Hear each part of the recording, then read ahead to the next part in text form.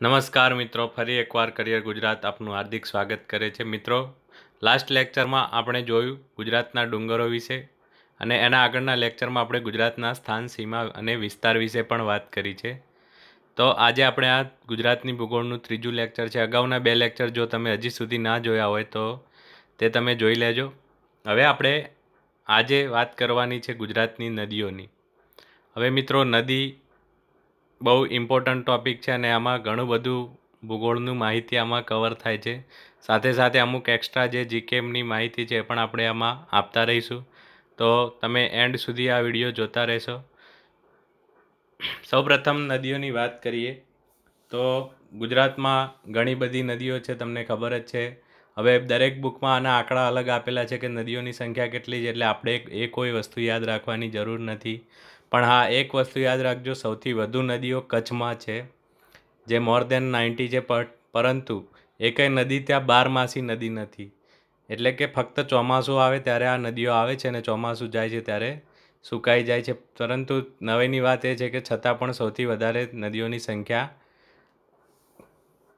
કચ્છમાં છે. બીજું, હવે વાત કરીએ તો નદી તંત્ર કોને કહેવાય? જો નદીઓના પ્રવાહની દિશા જે દર્શાવે છે, એકબીજાને નદીઓ મળતી હોય, ત્યારબાદ નદી સમુદ્રને મળી જતી હોય, તો આમ સમગ્ર જે નદીઓનો પ્રવાહની દિશા વડે જે તંત્ર રચાય છે, તો એ રીતે આપણે જોવા જઈએ તો કચ્છ, સૌરાષ્ટ્ર અને તળ ગુજરાતમાં જેમ આપણે લાસ્ટ ટાઈમ ડુંગરો જોયા હતા, એ જ રીતે આપણે આ ત્રણ ભાગમાં નદીઓ પણ જોવાની છે, કચ્છ, સૌરાષ્ટ્ર અને તળ ગુજરાતમાં. તો કચ્છમાં તો બહુ ઓછી એવી નદી આપણે જોવાની થશે, કારણ કે મેં હમણાં જ વાત કરી એ રીતે બહુ ઓછી એવી નદીઓ છે અને કોઈ પણ નદી બારમાસી છે નહીં. જ્યારે સૌરાષ્ટ્રની વાત કરીએ તો સૌરાષ્ટ્રનું જે નદીતંત્ર છે એ ઘણીવાર એ પણ પ્રશ્ન પૂછાતો હોય છે કે નદીતંત્રનો આકાર કેવો છે. તો સૌરાષ્ટ્રનું નદીતંત્ર તમે જોશો તો ત્રિજ્યા આકારનું છે, એટલે કે વચ્ચે જે ડુંગરો રાજકોટ જિલ્લા અને એની આજુબાજુ જસદણમાં ને જે ડુંગરો આવેલા છે ત્યાંથી ચારે દિશામાં નદીઓ જાય છે, ઉત્તર, દક્ષિણ, પૂર્વ, પશ્ચિમ. એટલે આ સમગ્ર આકાર એક ચક્રાકાર રચાય છે. એટલા માટે આપણે એવું કહી શકીએ કે જે સૌરાષ્ટ્રનું નદીતંત્ર છે એ ચક્રાકાર અથવા ત્રિજ્યાકાર અથવા કેન્દ્ર ત્યાગી પ્રકારનું, એટલે કે કેન્દ્રથી બહારની બાજુ નદીઓનો પ્રવાહ છે બધી જ દિશામાં. એટલા માટે આ સેન્ટ્રીફ્યુગલ અને સેન્ટ્રીપેટલ ફોર્સ તમે કદાચ વિજ્ઞાનમાં ભણ્યા હોય તો આ જે છે એક સેન્ટ્રીફ્યુગલ એટલે કે કેન્દ્ર ત્યાગી દિશામાં આ નદીઓનો પ્રવાહ છે, એટલે કેન્દ્ર ત્યાગી પ્રકારનું કહી શકીએ, અથવા ચક્રાકાર પ્રકારનું કહી શકીએ, અથવા ત્રિજ્યાકાર પ્રકારનું કહી શકીએ. અને એ જ રીતે તળ ગુજરાતનું જો નદીતંત્ર કેવા આકારનું છે તો ધ્યાન રાખજો, જે તળ ગુજરાતનું છે એ વૃક્ષ આકારનું છે, જે હમણાં આપણે જોઈશું. અને તમને સૌરાષ્ટ્રનું પણ અહીંયા આપણે દેખાડીશું કે કેવી રીતે ચક્રાકાર થાય છે અને તળ ગુજરાતમાં કેવી રીતે વૃક્ષાકાર થાય છે, એ આપણે નેક્સ્ટ સ્લાઇડમાં જોઈશું.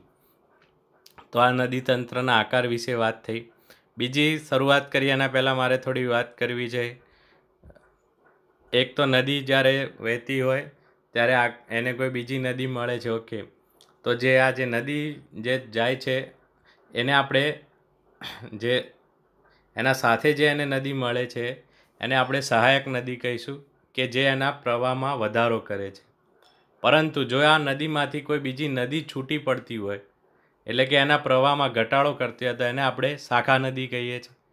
તો આ ખાસ વસ્તુ ધ્યાન રાખજો, શાખા નદી કોને કહેવાય અને સહાયક નદી કોને કહેવાય. એના પછી કુંવારિકા નદી કોને કહેવાય એ વાત કરવી છે. તો કુંવારિકા નદી, કે ઘણા મિત્રોએ ભૂલ કરતા હોય છે કે જે નદી સમુદ્રને મળતી નથી એને કુંવારિકા નદી કહીએ છીએ. તો ના મિત્રો, એવું નથી. જો એ નળ સરોવરને કે કોઈ જળના સ્ત્રોતને, તળાવને કેવી રીતે મળતી હોય તો એને પણ આપણે કુંવારિકા કહેતા નથી. એટલે એ તમારે ભૂલ ના થવી જોઈએ. આની ડેફિનેશન તમારે એવી રીતે આપવાની છે કે કોઈ પણ જળ સ્ત્રોતને ના મળતી હોય એવી નદીને કુંવારિકા નદી કહે છે. રણ પ્રદેશમાં સમાઈ જતી હોય એટલે એનો મતલબ કે કોઈ જળ સ્ત્રોતને મળતી નથી, તો એ કુંવારિકા નદી કહેવાય છે. ઘણી જગ્યાએ તમે અંતસ્થ કુંવારિકા શબ્દ જે યુઝ કરતા હશો, તો અંતસ્થ એટલે એનો મતલબ એ જ છે કે આપણા ગુજરાતના જ રણ પ્રદેશમાં સમાઈ જાય છે, તો એને અંતસ્થ કુંવારિકા નદી આપણે કહીએ છીએ. તો કુંવારિકા નદીઓ પણ જે છે આપણે આગળ સ્લાઇડમાં જેમ જેમ આવશે એમ જોતા જઈશું. તો આ કુંવારિકા નદીની વાત થઈ. હવે બીજી વાત કરવી છે કે કોઈ પણ નદી આપણે જોઈશું એમાં 3 વસ્તુ ખાસ આપણે પ્રશ્નો પૂછવાના છે કે ક્યાંથી નીકળે છે, કોને મળે છે, બીજી વસ્તુ કે એના પર કોઈ બંધ અથવા યોજના, કોઈ ડેમ છે કે કેમ, છે તો કયો છે, ઓકે. અને કોઈ નદીની કોઈ વિશેષતા હોય, જેમ કે વિશ્વામિત્રીમાંથી હાઈએસ્ટ જે મગનનું પ્રમાણ છે એ સૌથી વધારે વિશ્વામિત્રી નદીમાં છે. તો આવી કોઈ નદીની વિશેષતા હશે તો એ જોઈશું. તો આ રીતે સ્ટેપ બાય સ્ટેપ આપણે બધી જ નદીઓ જોતા જઈશું. સૌથી પહેલાં આપણે શરૂઆત પહેલી છે બનાસ નદી. બનાસ નદીનું ઉદ્ગમ સ્થાન ક્યાં છે? તો સિરણવા રાજસ્થાન, એટલે કે ઉદયપુરની ટેકરીઓ પણ કહેવાય છે. ત્યાંથી આ નદી નીકળીને ક્યાં સમાય છે? તો તમને બધાને ખબર છે કુંવારિકા નદી છે, એટલે કચ્છના નાના રણમાં સમાય છે. અહીંયા આગળ જે દર્શાવ્યું છે કચ્છનું નાનું રણ છે, તો અહીંયા સમાઈ જાય છે, એટલે એ પણ કુંવારિકા નદી છે. એના ઉપર બંધ કયો છે? તો દાંતીવાડા બંધ. દાંતીવાડા પણ ક્યાં આવ્યું? તો બનાસકાંઠા જિલ્લામાં. હવે આ નદીની 2 શાખા નદીઓ છે, એટલે કે એમાંથી છૂટી પડે છે. એકનું નામ છે સીપુ અને બીજું છે બાલારામ. આ બંને નામ તમે કદાચ સાંભળેલા હશે. સીપુ ઉપર સીપુ પરિયોજના છે, એટલે કે ડેમ છે, અને એના કિનારે આવેલું અગત્યનું શહેર આવે તો ડીસા છે.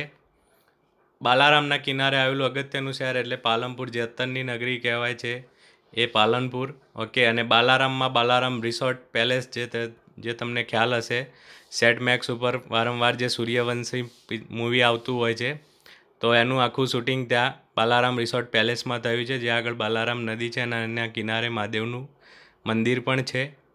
તો આ બાલારામ નદી.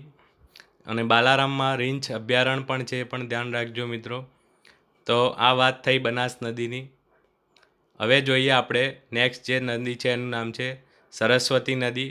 આ સરસ્વતી નદી જે છે એ ક્યાંય બહારના રાજ્યમાંથી નથી આવતી. એનું ઉદ્ગમ સ્થાન તમે કદાચ અંબાજી ગયા હોય ને અંબાજી જોડે કોટેશ્વર છે, તો કોટેશ્વરમાં તમે કમ્પ્લેટ એનું જે ઉદ્ભવ સ્થાન છે એ જોઈ શકો છો. આગળ ગૌમુખ મૂકેલું છે અને એમાંથી એનો પ્રવાહ શરૂ થાય છે, જેને ચોરીના ડુંગર પણ કહે છે.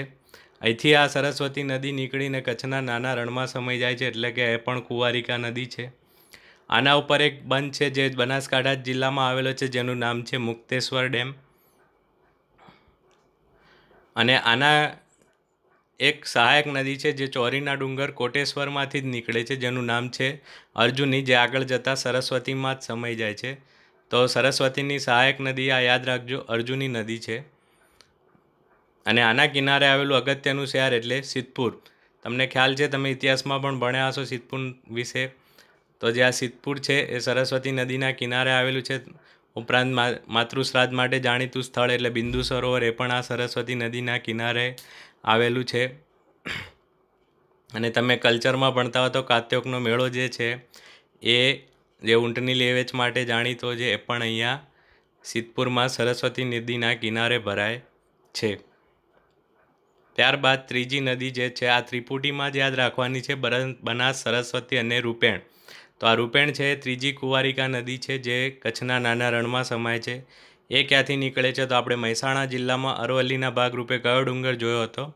તો તારંગાનો ડુંગર, જે અજીતનાથ સ્વામીનું જે દેરાસર જે મેં વાત કરી હતી, હિલ સ્ટેશન છે, જૈનોનું તીર્થધામ છે. તો આ ટુંગાની ટેકરીઓ તારંગાથી આ રૂપેણ નદી નીકળે છે.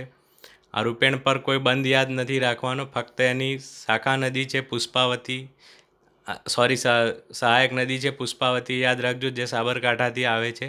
એનું ઉદ્ગમ સ્થાન એટલું અગત્યનું નથી, પરંતુ પુષ્પાવતી એ રૂપેણની સહાયક નદી છે. તો આ 3 નદી ખાસ ધ્યાન રાખવાની છે, બનાસ, સરસ્વતી અને રૂપેણ. ત્રિપુટીમાં ત્રણેય કેવી નદીઓ છે? તો કુંવારિકા નદીઓ છે. હવે સૌથી મોટી નદી એટલે કે સૌથી મહત્ત્વની, જેમાંથી બહુ બધા પ્રશ્નો નીકળી શકે છે MCQ સ્વરૂપે, કઈ નદી છે મિત્રો? તમને ખ્યાલ આવી જ ગયો હશે. અહીંયા જે યલો કલરની લાઈન છે, સાબરમતી નદીની વાત કરું છું. તો પહેલાં તો એ સાબર નામે ઓળખાય છે, જે તમને ખ્યાલ જ છે. પરંતુ સાબરમતી ક્યારે બને છે? તો આગળ જતાં સાબરકાંઠાના હિંમતનગર જોડે એને હાથમતી નદી મળે છે. તો આ બંને નદીઓ ભેગી થઈને સાબરમતી નદી બને છે. પરંતુ એના પહેલાં આપણે શરૂઆત પહેલેથી કરીશું કે સાબરનું ઉદ્ગમ સ્થાન કયું છે? તો સાબરનું ઉદ્ગમ સ્થાન રાજસ્થાનમાં છે. રાજસ્થાનમાં ક્યાંથી નીકળે છે? તો ઢેબર સરોવર જેને કહેવાય છે, અથવા ત્યાંના લોકો એને જયસમંદ સરોવર, સમુદ્ર જેટલું વિશાળ સરોવર છે એટલે એને જયસમંદ સરોવર કહે છે. તો ઢેબર સરોવરનું બીજું નામ ખાસ ધ્યાન રાખજો, જયસમંદ સરોવર. અને એ રેન્જ કઈ છે તો અરવલ્લીની ગિરિમાળાઓ એ પણ એનું ઉદ્ગમ સ્થાન તરીકે લઈ શકીએ. અને ત્યાંનું વેકરિયા નામનું સ્થળ છે. તો 4 ટોટલ પ્રકારે યાદ રાખવાનું છે ઉદ્ગમ સ્થાન. એક તો જયસંબંધ સરોવર અથવા ડેબર સરોવર, અરવલ્લીની રેન્જ અને વેકરિયા નામનું સ્થળ. હવે એનું સંગમ સ્થાન ક્યાં છે? તો સંગમ સ્થાન આ નદી જોઈ શકો છો તમે, આણંદ થઈને ખંભાતના અખાતમાં થઈને અરબ સાગરમાં સમાઈ જાય છે. હવે આના પર 2 બંધ કયા અગત્યના? તો ધરોઈ અને અમદાવાદમાં આપણે વાસણા. તો ધરોઈ ક્યાં આવ્યું? તો મહેસાણા જિલ્લાના સતલાસના તાલુકામાં આ ધરોઈ આવેલું છે, જે ખાસ ધ્યાન રાખજો, જ્યાં મોદીજીએ સૌપ્રથમ સી પ્લેન ધરોઈ ડેમમાં ઉતાર્યું હતું, જે તમને ખ્યાલ હોય તો. જોકે એ યોજના અત્યારે એટલી સફળ થઈ નથી, પરંતુ આ એક કરંટ અફેર્સનો પ્રશ્ન છે. સૌથી પહેલાં નરેન્દ્રભાઈ મોદીએ ત્યાં આગળ સી પ્લેન ઉતારેલું હતું. અને આપણે અમદાવાદમાં વાસણા બેરેજ જે કહીએ છીએ, એ વાસણા પણ સાબરમતી પરની બીજી યોજના છે. હવે આગળ જોઈએ તો સાબર નદી જે સાબરકાંઠામાં થઈને ગુજરાતમાં પ્રવેશ કરે છે, આવે છે અરવલ્લીમાંથી. તો આના જે સાબરકાંઠાનું હિંમતનગર જોડે એક પ્રાતિજ નામનું શહેર છે. તો આ પ્રાતિજ નામના સ્થળ પાસે આ સાબર અને હાથમતી 2 નદી ભેગી થાય છે, અને ત્યારબાદ એ સાબરમતી તરીકે ઓળખાય છે. હવે બીજી વાત કરીએ તો આજે હાથમતી નદીના કિનારે આવેલું શહેર અગત્યનું કયું છે? તો હિંમતનગર. અથવા એ રીતે પૂછે કે હિંમતનગરના કિનારે આવેલું અગત્યનું શહેર કયું છે? તો હાથમતી. ઓકે, સોરી, હિંમતનગર કઈ નદીના કિનારે આવેલું છે? તો હાથમતી નદીના કિનારે આવેલું શહેર છે. ઓકે, તો આટલા ખાસ ધ્યાન રાખવાનું છે. હવે બીજું કે આવી જે મહત્ત્વની નદીઓ છે એની ઘણીવાર લંબાઈ પણ પૂછી નાખે. તો આ નદીની ટોટલ લેન્થ જે છે એ 371 કિલોમીટર છે, જેમાંથી ફક્ત 23 કિલોમીટર રાજસ્થાનમાં છે.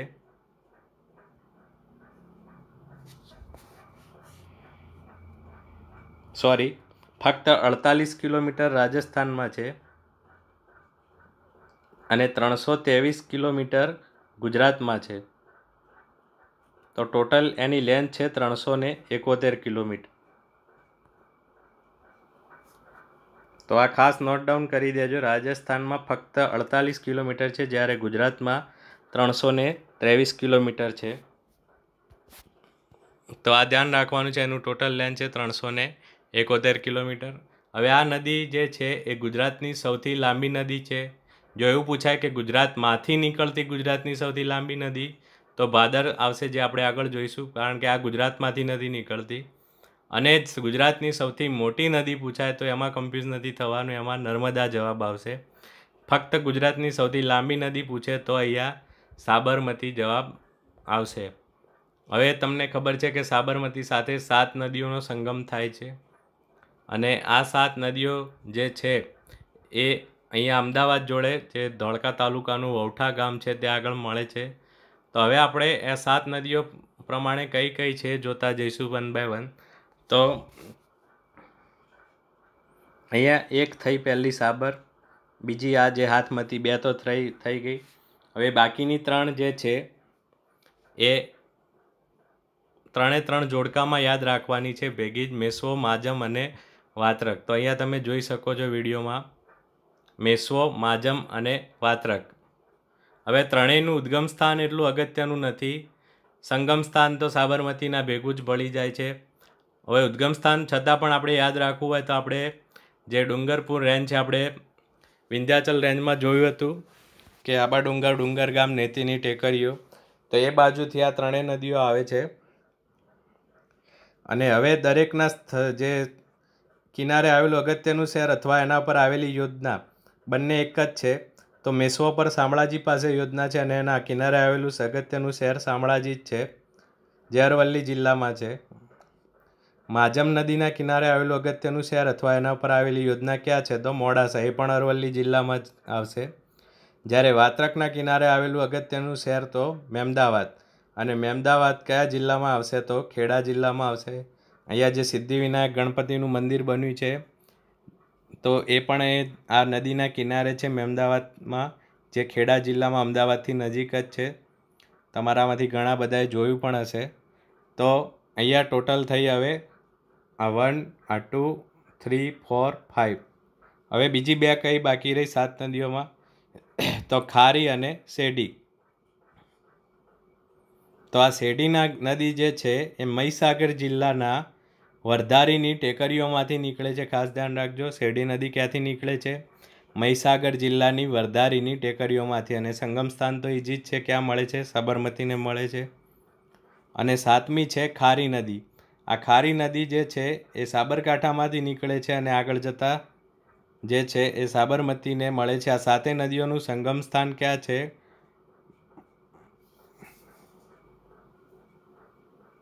તો 7 નદીઓનું સંગમ સ્થાન અહીંયા આવશે અમદાવાદ જિલ્લાનું વૌઠા. અને તાલુકો કયો? તો ધોળકા. જ્યાં આગળ વૌઠાનો મેળો ભરાય છે, જે ગધેડાની લેવેચ માટે જાણીતો છે, જે તમે કલ્ચરમાં ભણ્યા હશો. તો આ વૌઠા જે છે, ધોળકા તાલુકો અને અમદાવાદ જિલ્લો, ત્યાં આગળ 7 નદીઓનો સંગમ થાય છે. અને આ 7 નદીઓ યાદ રાખવાની એક ટ્રીક છે, કદાચ તમને બધાને ખબર જ હશે, છતાં પણ હું રિપીટ કરી દઉં છું. હા માસા મેવા ખાશે. આ એક સૂત્ર યાદ રાખવાનું છે. હા માસા મેવા ખાશે. આપણે શિયાળામાં પૂછીએ કે મેવા ખાશે માસા, તો હા માસા મેવા ખાશે. તો હા ઉપરથી હાથમતી છે, મા એટલે માજમ, સા એટલે સાબરમતી, મે એટલે મેસવો, વા એટલે વાત્રક, ખા એટલે ખારી અને સે એટલે શેરડી. તો આ ટોટલ 7 નદીઓનો સંગમ કે અહીંયા આગળ થાય છે. તો આ ધ્યાન રાખજો, આ સૂત્ર એક યાદ રાખવાનું છે. હા માસા મેવા ખાશે, જેના પરથી તમને 7 નદીઓ ઇઝીલી યાદ રહી જશે. તો આ થયો 7 નદીઓનો પ્રવાહ. હવે જો અત્યારથી જ એનું પિક્ચર તમને ક્લિયર થતું હશે કે આ જેનો સમગ્ર નદી તંત્રનો આકાર કેવો દેખાય છે, તો જાણે કોઈ વૃક્ષ હોય અને એની ડાળીઓ હોય એ પ્રકારનું દેખાય છે. એટલા માટે એવું કહેવામાં આવે છે કે તળ ગુજરાતનું નદી તંત્ર કેવા પ્રકારનું છે? તો વૃક્ષાકાર આકારનું છે. હવે સાબરમતી જોઈ, એની જે સહાયક નદીઓ છે, એટલે કે 7 નદીઓ જે એ જોઈ આપણે. પહેલાં 3 ત્રિપુટી જોઈ, જે કુંવારિકા નદીઓ છે. ત્યારબાદની ઇમ્પોર્ટન્ટ છે મહી નદી. તો મહી નદી મધ્યપ્રદેશમાં, જે વિંધ્યાચલ રેન્જ આપણે જોઈ હતી, તો ત્યાં મહાડ તળાવ જે છે ત્યાંથી નીકળે છે અને મળે છે ક્યાં? તો અરબ સાગર, એટલે કે ખંભાતના અખાતને થઈને અરબ સાગરમાં સમાઈ જાય છે. તો આ મહી નદી જે છે એના ઉપર જો બંધની વાત કરીએ તો એક કડાણા છે અને બીજું છે વણાકબોરી, રાઈટ? તો કડાણા જે છે એ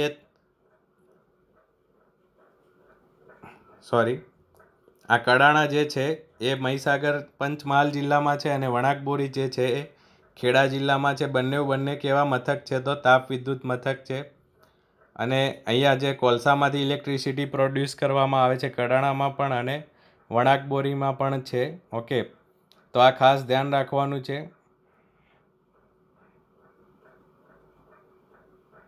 બીજું કે આ મહી નદી જે છે એ વડોદરા જિલ્લામાં વહેરાની ખાડી આવેલી છે. અહીંયા વોરા લખેલું છે પણ વોરા નહીં, સોરી, વહેરાની ખાડી. તો આ વહેરાની ખાડી જોડેથી એનો વિશાળ પટ ધારણ કરે છે. એનો પટ એવું કહેવાય છે કે સમુદ્ર જેટલો વિશાળ પટ ધારણ થાય છે. એટલા માટે એ નદીને આપણે મહીની જગ્યાએ મહીસાગર તરીકે ત્યાંથી ઓળખીએ છીએ.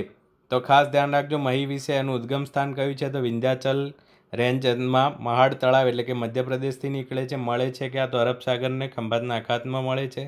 કયા 2 બંધ છે એના પર? કડાણા અને વણાકબોરી. જિલ્લા એટલા અગત્યના નથી, છતાં પણ એકવાર જોવું હોય તો કડાણા પંચમહાલ જિલ્લામાં આવશે અને વણાકબોરી ખેડા જિલ્લામાં આવશે, જેમાં બહુ કન્ફ્યુઝ થવાની જરૂર નથી. અને કઈ જગ્યાએથી એનો વિશાળ પટ ધારણ કરે છે? તો વડોદરા જિલ્લામાં વહેરાની ખાડીથી એનો પટ વિશાળ ધારણ કરે છે. તો આટલું મહી નદી વિશે ધ્યાન રાખીશું. ત્યારબાદ નેક્સ્ટ છે મહી નદીની પણ શાખાઓ નદીઓ છે, જે કઈ કઈ છે? તો 4 ફ્રૂટ જેવા નામ છે જે તમારે યાદ રાખવા પડશે. પાનમ, અનાસ, મેસરી અને ગળતી. પાનમ, અનાસ, મેસરી અને ગળતી.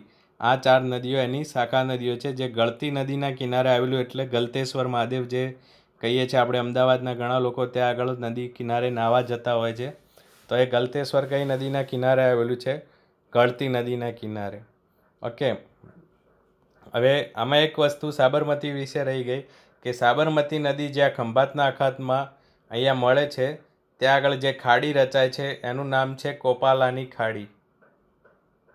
તો આ એક વસ્તુ વધારાની યાદ રાખજો, કોપાલાની ખાડી.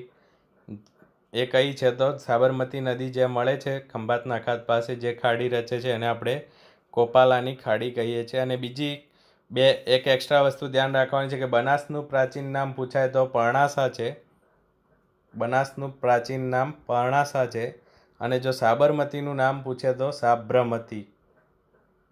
સાબ્રમતી એનું પ્રાચીન નામ છે. તો આ બે વસ્તુ ખાસ MCQ તરીકે ઘણીવાર પૂછાતી હોય છે. બનાસનું પ્રાચીન નામ શું છે તો પર્ણાસા અને સાબરનું પ્રાચીન નામ સાબરમતી છે. ત્યારબાદ નેક્સ્ટ જોઈએ.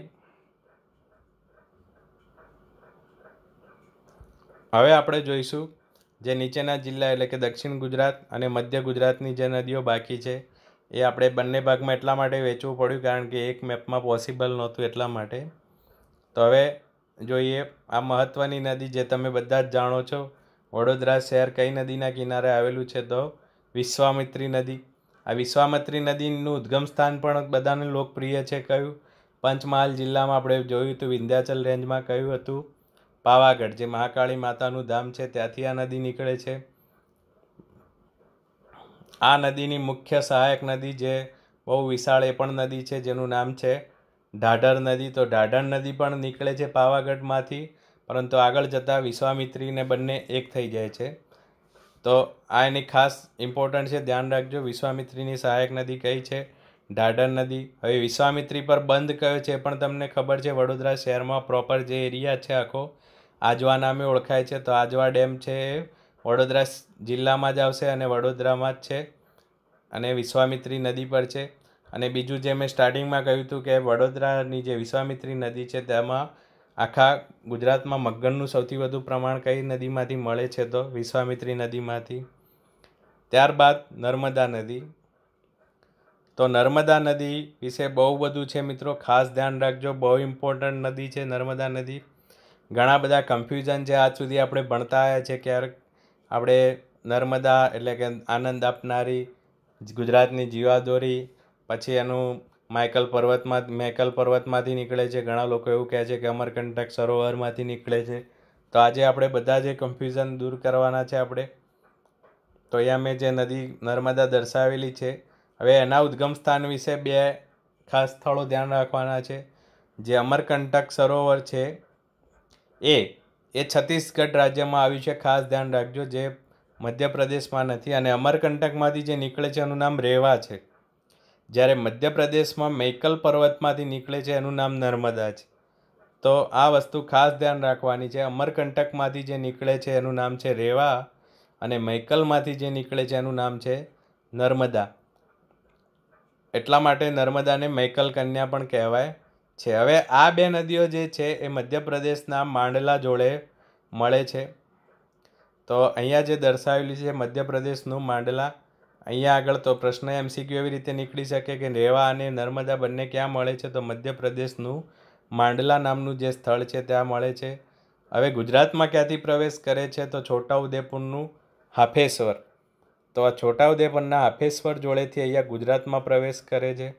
હવે એના પર બંધ કયો છે જે તમને બધાને જ ખબર છે? કયો ડેમ છે?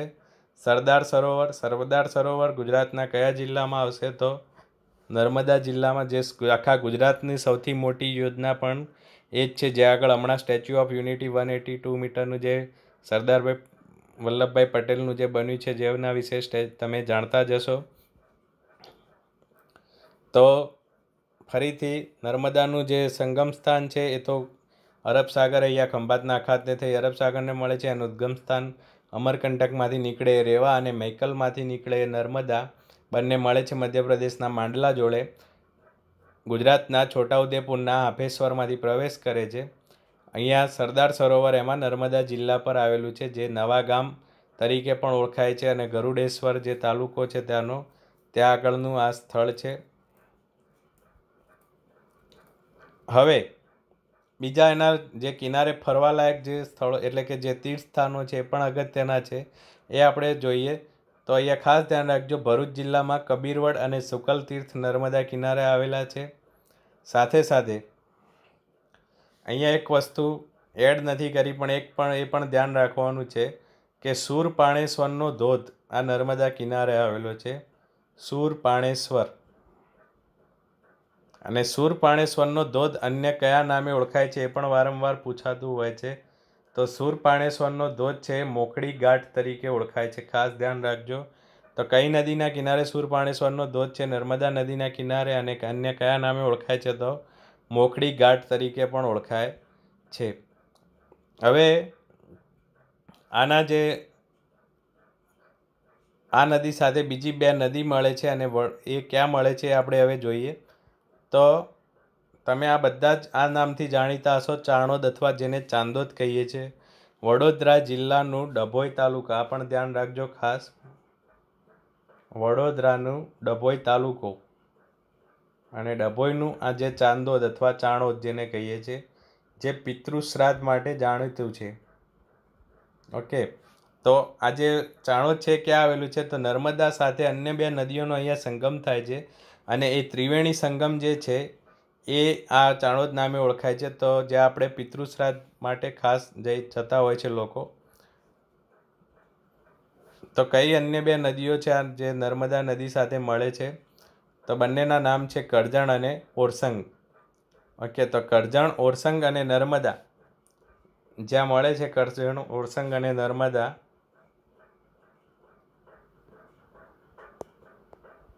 તો આ જે ત્રણનું સંગમ સ્થાન છે એ ચાંદોદ, જે વડોદરા જિલ્લાના ડભોઈ તાલુકામાં આવેલું છે, જે ખાસ ધ્યાન રાખવાનું છે અને ઇમ્પોર્ટન્ટ છે.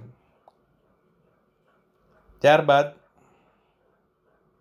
આ નર્મદા નદી જે અરબ સાગરને મળે છે ત્યાં આગળ એક બેટ રચે છે જેનું નામ છે અલિયા બેટ. આલિયા ભટ્ટ નહીં મિત્રો, અલિયા બેટ ધ્યાન રાખજો. તો અલિયા બેટ રચે છે નર્મદા નદી જ્યાં ખંભાતના અખાતને મળે છે ત્યાં આગળ. તો આટલી વસ્તુ નર્મદા નદી વિશે ખાસ ધ્યાન રાખવાની છે.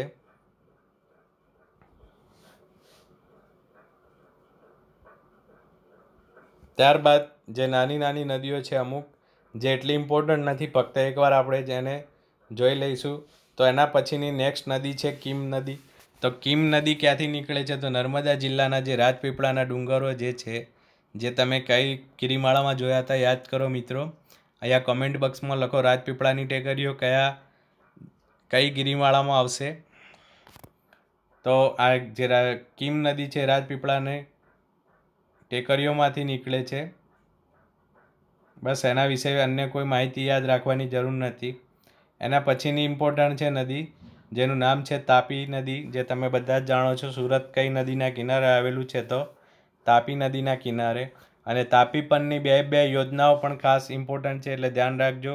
ઉકાઈ અને કાકરાપાર. ઉકાઈ આવશે તાપી જિલ્લામાં અને કાકરાપાર આવશે સુરત જિલ્લામાં. ઉકાઈ છે એ તાપ વિદ્યુત મથક પણ છે અને જળ વિદ્યુત મથક છે, એટલે કે કોલસામાંથી પણ ઇલેક્ટ્રિસિટી પ્રોડ્યુસ કરે છે અને વોટરમાંથી પણ ઇલેક્ટ્રિસિટી પ્રોડ્યુસ કરે છે. જ્યારે કાકરાપાર છે એ ન્યુક્લિયર પાવર સ્ટેશન છે, એટલે ખાસ ધ્યાન રાખજો. હવે જે આ તાપી નદી ગુજરાતમાં ક્યાંથી પ્રવેશ કરે છે? તો તાપી જિલ્લાનું હરણફાળ નામનું સ્થળ છે, જ્યાં તમે ટ્રીક પણ ક્યાંક બીજા વિડીયોમાં સાંભળી હશે કે તાપી નદી જે છે નજીકથી આવે છે, એટલે હરણની જેમ દોડતી આવે છે, એટલે હરણફાળ નામનું સ્થળ યાદ રાખવાનું છે. જ્યારે નર્મદા નદી છે છત્તીસગઢ બાજુથી દૂરથી આવે છે, એટલે હાંફી જાય છે, એટલે હાંફેશ્વર નામનું સ્થળ યાદ રાખવા. એટલા માટે આ બંનેમાં કન્ફ્યુઝન ના થાય એટલા માટે ખાસ. તો તાપીનું ઉદ્ગમ સ્થાન છે મધ્યપ્રદેશની બેતુલની ટેકરીઓ. એનું સંગમ સ્થાન છે ખંભાતના અખાતને થઈને અરબ સાગરને મળે છે. એના પર બે બંધ, ઉકાઈ અને કાકરાપાર. ઉકાઈ છે તાપી જિલ્લામાં છે. ઉકાઈ કેવું મથક છે? તો તાપ વિદ્યુત મથક અને જળ વિદ્યુત મથક બંને છે. કાકરાપાર છે ન્યુક્લિયર પાવર સ્ટેશન છે, એટલે કે ન્યુક્લિયરમાંથી ઇલેક્ટ્રિસિટી પ્રોડ્યુસ કરે છે. અને તાપીને એક સહાયક નદી છે જેનું નામ છે વરેલી નદી, એટલે કે તાપીને વરેલી છે એ રીતે યાદ રાખજો. વરેલી પણ રાજપીપળાના ડુંગરોમાંથી જ આવે છે અને આગળ જતાં તાપીને મળે છે. ત્યારબાદ પૂર્ણા નદી, જેના વિશે ખાસ કોઈ જરૂર નથી, ખાલી ક્રમમાં યાદ રાખવાની છે. ત્યારબાદ છે અંબિકા, જે થોડીક ઇમ્પોર્ટન્ટ છે. અંબિકા જે છે ડાંગના મહારાષ્ટ્રમાં જે સહ્યાદ્રીની આપણે પર્વતમાળાઓ જોઈ હતી ત્યાંથી આવે છે. હવે અંબિકાની બે જે નદીઓ છે સહાયક નદીઓ, કાવેરી અને ખરેરા, આ બંને નામ યાદ રાખજો, કાવેરી અને ખરેરા નદી. અને આના ઉપર એક બંધ છે એ ખાસ અગત્યનો છે જેનું નામ છે મધર ઇન્ડિયા ડેમ, જે ક્યાં આવેલો છે? તો નવસારીમાં. તો મધર ઇન્ડિયા ડેમ ક્યાં આવેલો છે અને કઈ નદી પર છે? તો નવસારી જિલ્લામાં છે. અને કઈ નદી પર છે? તો અંબિકા નદી પર છે. ત્યારબાદ છે ઔરંગા, જેની કોઈ ઇમ્પોર્ટન્સ નથી, ખાલી ફક્ત ક્રમમાં યાદ રાખવાની છે. વાકી, પાર, એના પછી છે કોલક. હવે કોલક નદી વિશે ખાસ બે વસ્તુ યાદ રાખવાની છે કે કોલક નદીમાંથી આખા ગુજરાતમાંથી મોતી ધરાવતી જે કાળું માછલી છે એ કઈ નદીમાંથી મળે છે? કાળું માછલી તો કોલક નદીમાંથી મળે છે. અને બીજું કે પારસીઓનું જે તીર્થસ્થાન છે, જેને પારસીઓનું કાશી પણ કહેવાય છે, ઉદવાડા.